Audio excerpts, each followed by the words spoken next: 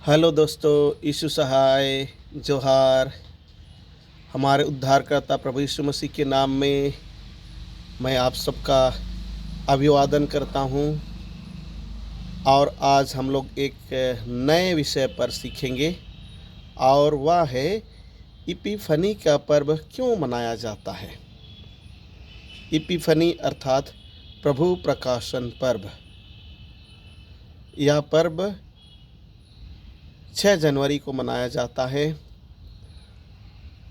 और हम ये सीखेंगे कि ये पर्व क्यों मनाया जाता है, बाइबल में इसका क्या आधार है। मेरे प्रियो, यह पर्व पूर्व देश से ज्योतिषियों के आगमन और यीशु बालक के दर्शन और उसकी उपासना की यादगारी में मनाया जाता है। इपिफनी अर्थात कि प्रभु प्रकाशन पर्व, प्रभु का बालक रूप में गैर यहूदी प्रजा के सामने अपने आप को प्रकट करना।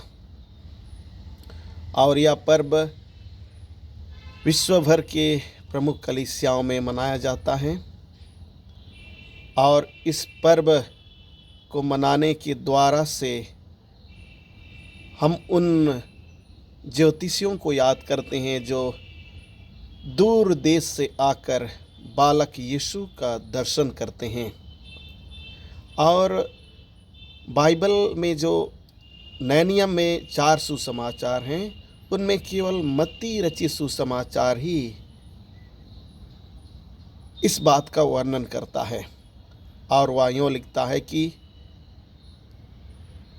हेरोदेस के दिनों में जब यहूदिया के बैतलहम में यीशु का जन्म हुआ, तो पूर्व से कई ज्योतिषी यरूशलेम में आकर पूछने लगे कि यहूदियों का राजा जिसका जन्म हुआ है कहाँ है, क्योंकि हमने पूर्व में उसका एक तारा देखा है और हम उसे प्रणाम करने आए हैं। और ये लोग हेरोदेस के महल में, क्योंकि उस समय यरूशलेम में हेरोदेस शासन कर रहा था, उसके महल में आकर पूछते हैं कि हमने पूर्व में एक तारा देखा है। और इसी से हम पता लगा पाते हैं कि यहूदियों के राजा का जन्म हुआ है और हम उसे प्रणाम करने आए हैं, वो कहाँ है। और यह बात सुनकर हेरोदेस और पूरा यरूशलेम घबरा जाता है। और हेरोदेस शास्त्रियों को बुलाकर पूछता है कि शास्त्रों में ढूंढकर बताओ कि यहूदियों के राजा का जन्म कहाँ होना चाहिए। तब शास्त्री उसे बताते हैं कि यहूदिया के बैतलहम में, क्योंकि भविष्यद्वक्ता इस प्रकार कहता है कि हे बैतलहम, हे एप्रता, यदि तू यहूदा के प्रदेशों में सबसे छोटा है, परंतु तुझ में से एक अधिपति निकलेगा जो इस्राएल पर राज करेगा। और हेरोदेस ने ज्योतिषियों को बुलाकर कहा कि तारा ठीक किस समय दिखाई दिया, और उन्होंने कहा कि जाओ और ठीक ठीक मालूम करो, और जब वह तुम्हें मिल जाए तो उसे प्रणाम करो और मुझे भी इसका समाचार देना, ताकि मैं भी उसको आकर प्रणाम करूं। कृष्ण में मेरे प्रियो, हेरोदेस गलत मनसा से ज्योतिषियों को ऐसा कह रहा था कि जब तुम्हें मालूम हो जाए तो मुझे उसके विषय में बताना। और प्रभु के दूत ने इन ज्योतिषियों को दर्शन देकर कहा कि जब वे बालक का दर्शन करने जाते हैं, और जब बालक का दर्शन करने के लिए जाते हैं, तो वे उस तारे को पुनः देख पाते हैं। और मत्ती रचित सुसमाचार कहता है कि वे उस तारे को देखकर अति आनंदित हुए। कृष्ण में मेरे प्रियो, उसी तारे की अगुवाई में वे बालक यीशु के जन्म के उस स्थान में पहुंचते हैं और वहां पहुंचकर बालक को उसकी माता और उसके पिता के साथ चरनी में पड़ा देखते हैं और वे उस बालक के सामने दंडवत करते हैं, उसकी उपासना करते हैं और अपने थैले खोलकर सोना, लुबान और गंधरस की भेंट चढ़ाते हैं। बाइबल हमें यह नहीं बतलाता है कि वास्तव में कितने लोग थे, लेकिन परंपरा ऐसी है जबकि 3 उपहार बालक यीशु के सामने अर्पित किए गए, सोना, लुबान और गंधरस। इसी से ऐसा कहा जाता है कि 3 ज्योतिषी थे और परंपरा यह भी कहता है कि इन तीनों का नाम मेल्कियोर, कास्पर और बल्थाजर था, जिसमें मेल्कियोर पर्सिया का था, कास्पर भारत देश का था और बल्थाजर अराबिया का था, ऐसा कहा जाता है। इन्होंने बालक यीशु को सोना, लुबान और गंधरस की भेंट चढ़ाई। सोना इस बात का प्रतीक है कि वह सर्वकालिक राजा है, स्वर्ग और पृथ्वी का राजा है।